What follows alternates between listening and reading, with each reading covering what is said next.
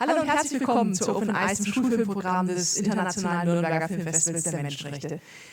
Ihr habt gerade den Film Kabul City in the Wind gesehen und ich freue mich ganz besonders, dass wir heute den Regisseur des Films in einer Aufzeichnung zwar, aber hier im Augenblick zumindest live bei uns in Nürnberg zu Gast haben und Abuza Amini wird uns ein bisschen Auskunft über den Film und die Dreharbeiten geben. Das Gespräch machen wir jetzt auf Englisch, dafür gibt es dann unten die deutschen Untertitel. Abuza, welcome to Nuremberg and thank you so much for being our guest and for being the person who did this beautiful film, Kabul City in the Wind, and for talking to us about it today for our young audiences. Thank you. I'm glad to be here. Thank you. Abuzar, maybe you can talk a bit in the beginning about the background of Kabul City in the Wind. You were born in Afghanistan, so this is your home country and also your home city, I'm not sure. No, yeah. I used to live there, but I was born in Bamiyan. In Bamiyan, okay. How did you find your protagonists, the people in front of the camera, or what was your intention of screening, of making the film? Well, I was trying to make a film about the majority of Afghanistan, not famous people, superstar, exotic stories or front lines.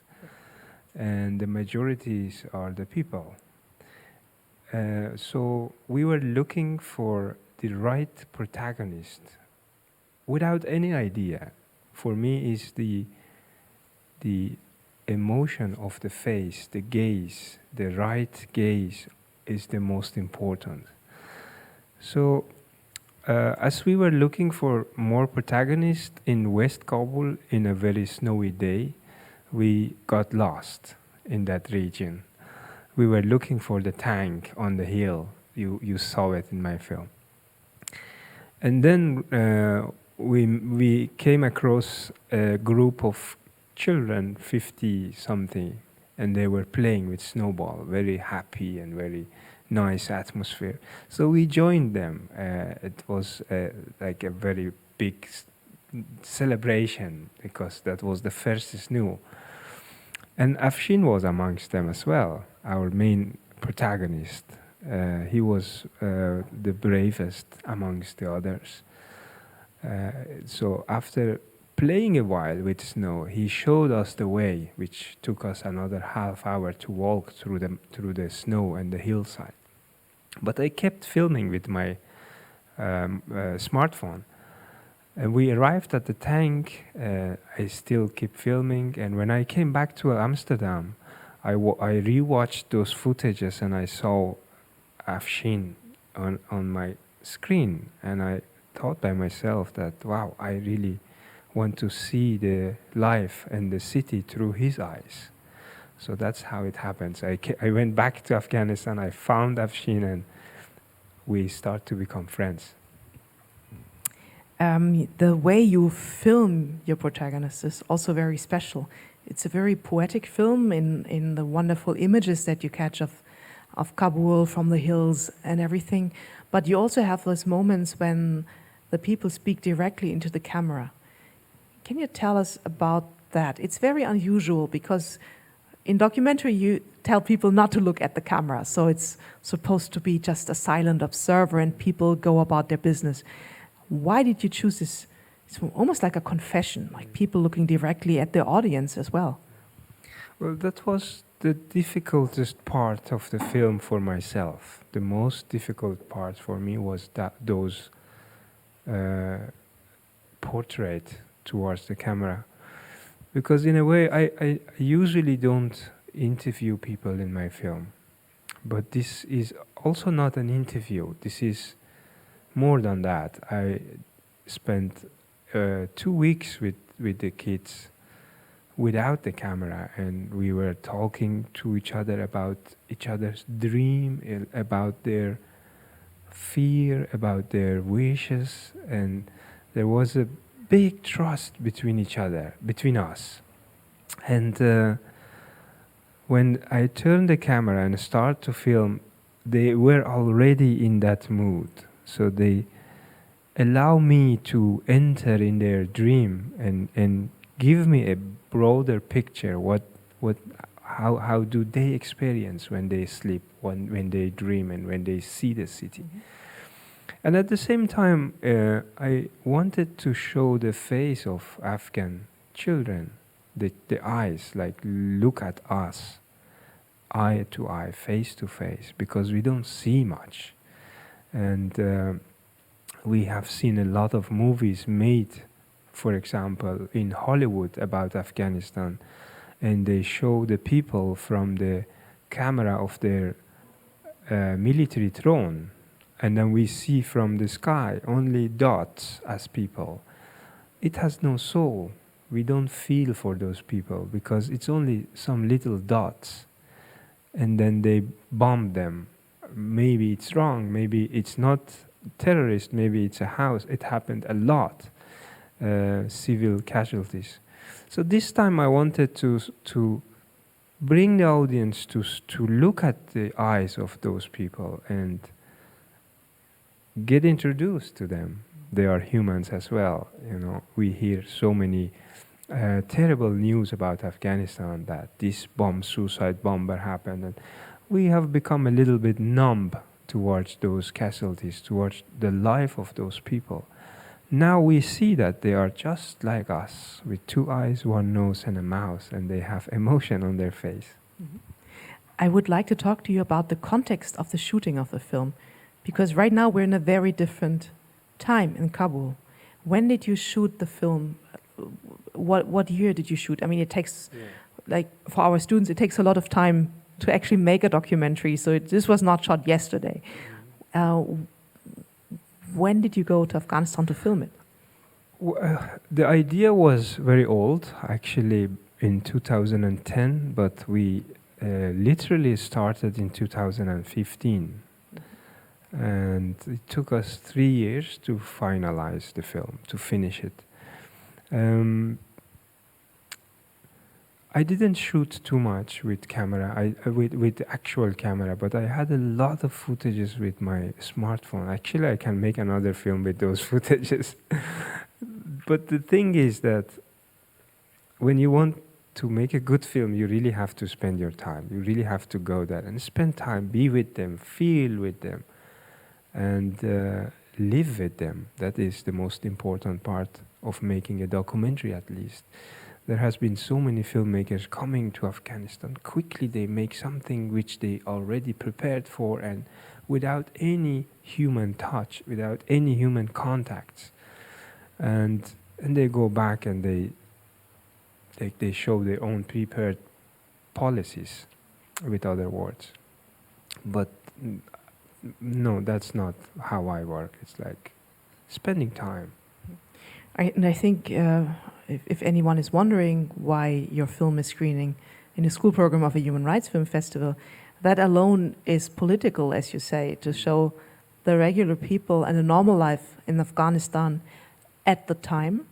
But if you look closely or if you listen to the people, they're all affected by the situation that was created 20 years ago.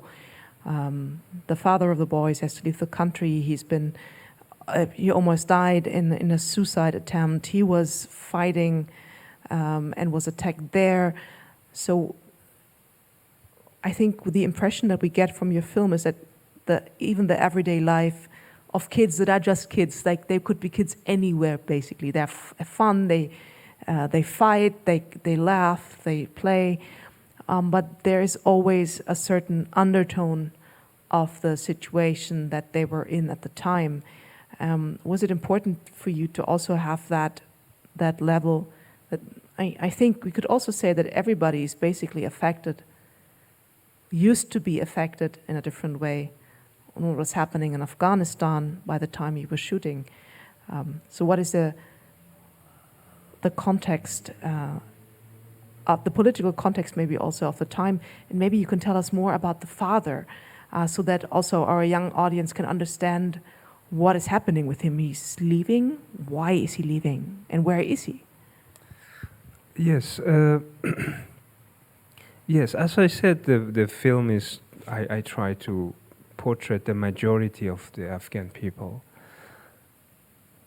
I think if we ask Afshin and Benjamin, who's fighting against whom in Afghanistan, what is the war, who's behind this war in Afghanistan, they may know as much as children knows in Germany, because we don't know. I didn't know when I was a kid who is Soviet Union to invade Afghanistan and why, who are the Mujahideen who is fighting it, why. I was not part of it. Today the children of Afghanistan also have no idea what's going on in their country. The majority of the people, even the bus driver, even the father of the children, have no idea whose war is this. Why are they fighting against each other? Who's sponsoring them? What do they gain from this war? You know, only the people are those who pay the price at the end, like Afshin and Benjamin. You know, like they are born with fear of losing their life, and they live with that fact every single day. Their schools are under attack of terrorists, suicide bombers, and when they go to school every day, they have no idea if they come back after the school. And their parents has also no idea if they come back. So under that condition, they keep going to school and they continue, you know. Afshin's father was a military officer, a lieutenant. He fought against the Taliban for years in Kandahar and in other regions as well. Then he got a job as a bodyguard, as a guard of a politicians in Kabul. And he survived 2 suicide attacks, which was, the target was his boss, so the politician guy. But he managed to save him. So then he became the target, actually. So because the terrorist was like, who is this guy saving? So it was not safe anymore for him. And he escaped Afghanistan. He became a refugee. He went to Iran, and then from Iran he went to Turkey. He spent 2 years in Turkey. Only 4 months ago, because he didn't got the right paper in Turkey, he got deported back to Afghanistan. Yeah, 4 months ago. So he was just back home with his family that the disaster happened in Afghanistan and Taliban came into power. But luckily, we did manage to bring them to Netherlands. So the children are now in Amsterdam.